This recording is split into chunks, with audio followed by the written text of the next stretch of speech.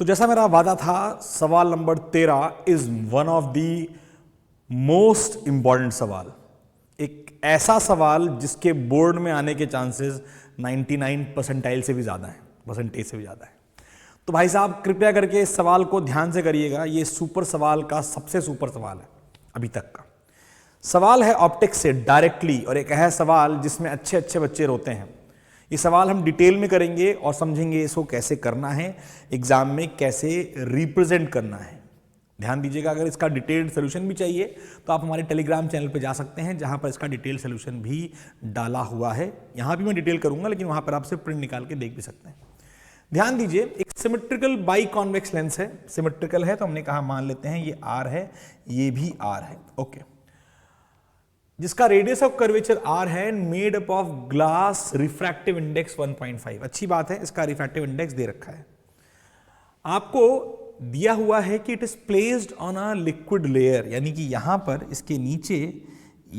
इसके नीचे हमारे पास एक पानी की लेयर है। इतने पार्ट में हमारे पास क्या है, एक पानी की लेयर बनी हुई है, ऐसे बढ़िया वाली। अब से क्या पूछा गया, फिर आगे बोला गया, an optical needle which is with its tip on the principal axis is moved along the axis until a real inverted image coincides with the needle itself। इसको हम बोलते हैं ऑटो कॉलिमेशन, यानी जब ऑब्जेक्ट और इमेज की location super impose हो जाए, एक जगह पर बन जाए, उसे हम बोलते हैं ऑटो कॉलिमेशन। यानी आपने किया क्या है, आपने इस मिरर की हेल्प से रेस को अपने पाथ को रिट्रेस करने के लिए मजबूर कर दिया है। और ऐसा केवल तब होगा, प्लेन मिरर पर रेज अपना पाथ रिट्रेस केवल तब करती हैं जब इंसिडेंट रे नॉर्मल आए। यानी ऑब्वियसली समझने की बात है, अगर देखा जाए इस पॉइंट से जब रेज आई हैं, रिफ्रैक्शन होने के बाद जब वो बाहर निकली हैं दोनों की कॉम्बिनेशन ऑफ लेंस से, मान लेते हैं इस वाले का लेंस का फोकल लेंथ f1 है और जो नीचे लिक्विड रखा है उसका फोकल लेंथ f2 है, तो जो भाई साहब रेज अगर पैरेलल हो जाए आफ्टर द कॉम्बिनेशन, इसका मतलब object is kept at focus, the principal focus. ये याद रखिए और यहां आप लिख लीजिए, to have such a result where the image is formed on object, rays must fall perpendicular to the plane mirror, which implies object must be at the focus of the combination, okay, बढ़िया है। यानी कि जो पहला case है, अगर वो x दूरी आ रही है, पहले केस में मेरे ख्याल से x आ रही है, distance on middle from the measurement is x, तो ओके, ये जो x है वो और कुछ नहीं, इन दोनों का कंबाइंड फोकल लेंथ है। तो I can say combined focal length क्या होती है, 1/f इफेक्टिव, जैसे कि आपने पढ़ रखा होगा, यही दे रखा है 1/x, which is equal to 1/f1 plus 1/f2, डब्बा नंबर 1। वहां पर f1 हमारा ग्लास लेंस है और f2 हमारा वाटर लेंस है। अब स्टेप नंबर 2 में क्या हुआ कि आपने लिक्विड हटा दिया और फिर से वही प्रोसेस अपनाया।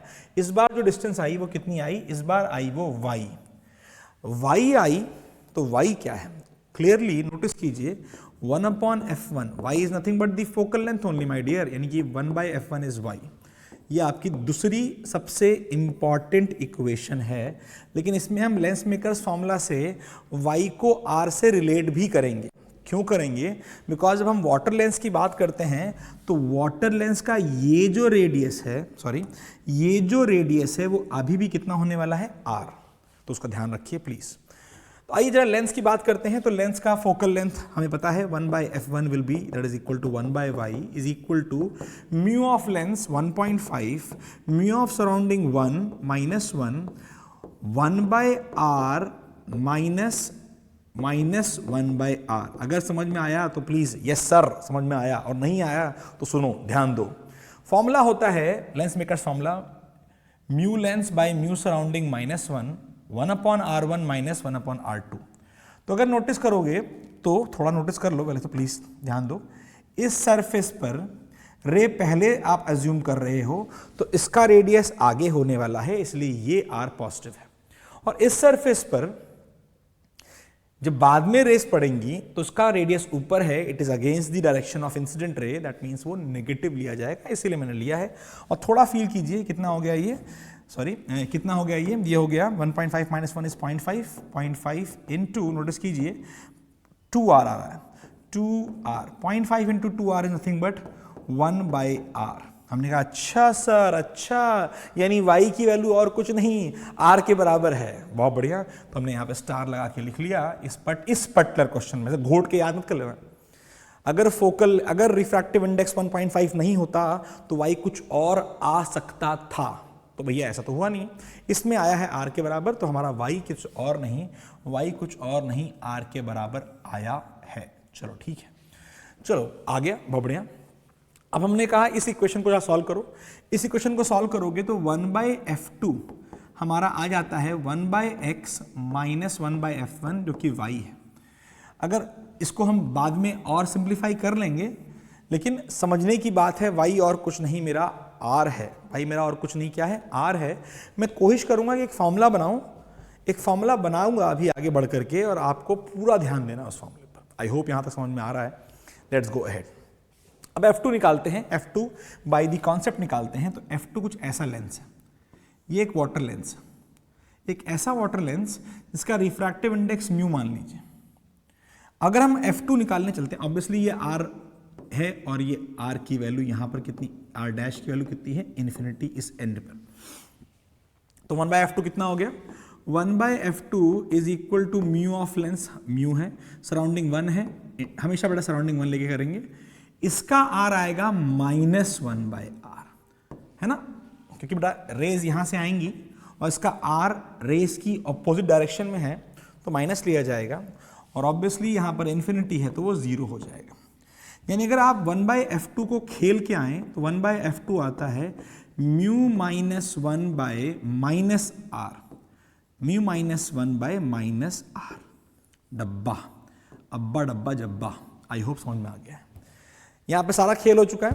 अब आपको खेल को थोड़ा सा आगे बढ़ाना है, और खेल को आगे बढ़ाने का सिंपल तरीका ये है कि अब आप इस इक्वेशन को और इस इक्वेशन को यूज करिए और म्यू निकाल लीजिए।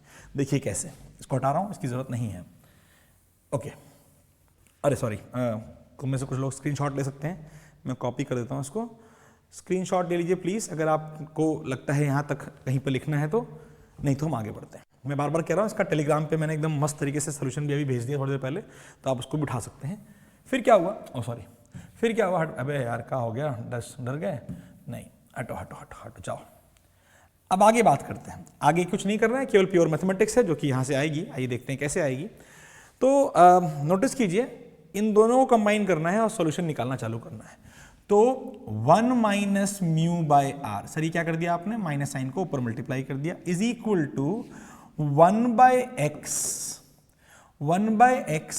-1/y, -1/x -1/y। थोड़ा नोटिस करिए, थोड़ा ध्यान दीजिए। आप चाहें तो y की वैल्यू यहाँ रख दीजिए, बट मैं आपसे बार बार रिक्वेस्ट कर रहा हूं कि कई बार ऐसा हो सकता है कि y r के बराबर ना आए, y r के बराबर ना आए, तो नहीं आए ये मान के चलते हैं और यहाँ पे सॉल्व करते हैं। तो 1 - μ/r, थोड़ा सॉल्व करिए, ये हो गया y - x/xy, ठीक है, y - x/xy। तो आप चाहिए तो काट दीजिए, सुंदर सुंदर कर दीजिए, r से r काट सकते हैं क्योंकि y की वैल्यू r के बराबर है, कट गया। तो 1 - μ इज y - x/x।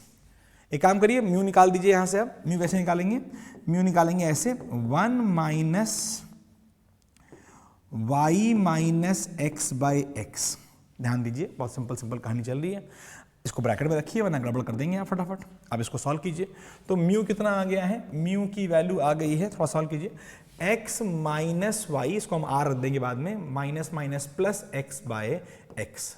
तो ये कितना आ गया, ये आ गया 2x minus Y bye x. यहां पर आंसर जरूर सही है, लेकिन आप यहां लिख के रखिए कि म्यू की value 2x minus R by X है, क्योंकि y आप r निकाल चुके थे इस पर्टिकुलर केस में।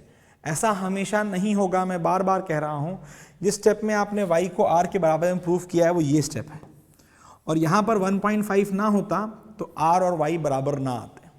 ये है answer, final answer 2x minus R by X. It is a good question. I request you कि आप इस क्वेश्चन को फिर से करिए, बार बार कीजिए। बल्कि मैं आपको एक क्वेश्चन बना के देता हूँ। हम 1.5 ना लेकर के हम इसको ले लेते हैं 2। कहाँ है? हाँ, 1.5 ना लेकर के अगर हम इसको 2 ले लें तो आप बताइए what is the value of mu. Solve करिए पूरे क्वेश्चन को, तब आपको कॉन्फिडेंस बिल्ड होगा। अगर आप आंसर करेंगे तो मैं आपके आंसर पर रिस्पॉन्ड करूंगा कि आपका आंसर सही है या नहीं है। All the best. ये एक जोरदार सुपर सवाल था, आई होप। और अगर आपको मजा आया तो प्लीज़ शेयर करिए, सब्सक्राइब कीजिए, और बहुत सारे सवाल भी आपको तुरंत देखिए। एक पूरी प्लेलिस्ट अवेलेबल है नाउ, आप इसके प्लेलिस्ट का लिंक भी नीचे डाल दिया है अगर आप हमें ढूंढ नहीं पा रहे हैं। ऑब्वियसली हम इतने अभी बहुत ज़्यादा बमफाड़ तो नहीं बने हैं, but still working very hard for you. Request करते हैं 13 के 13 सवाल करिए, बार बार करिए। All the best, thank you.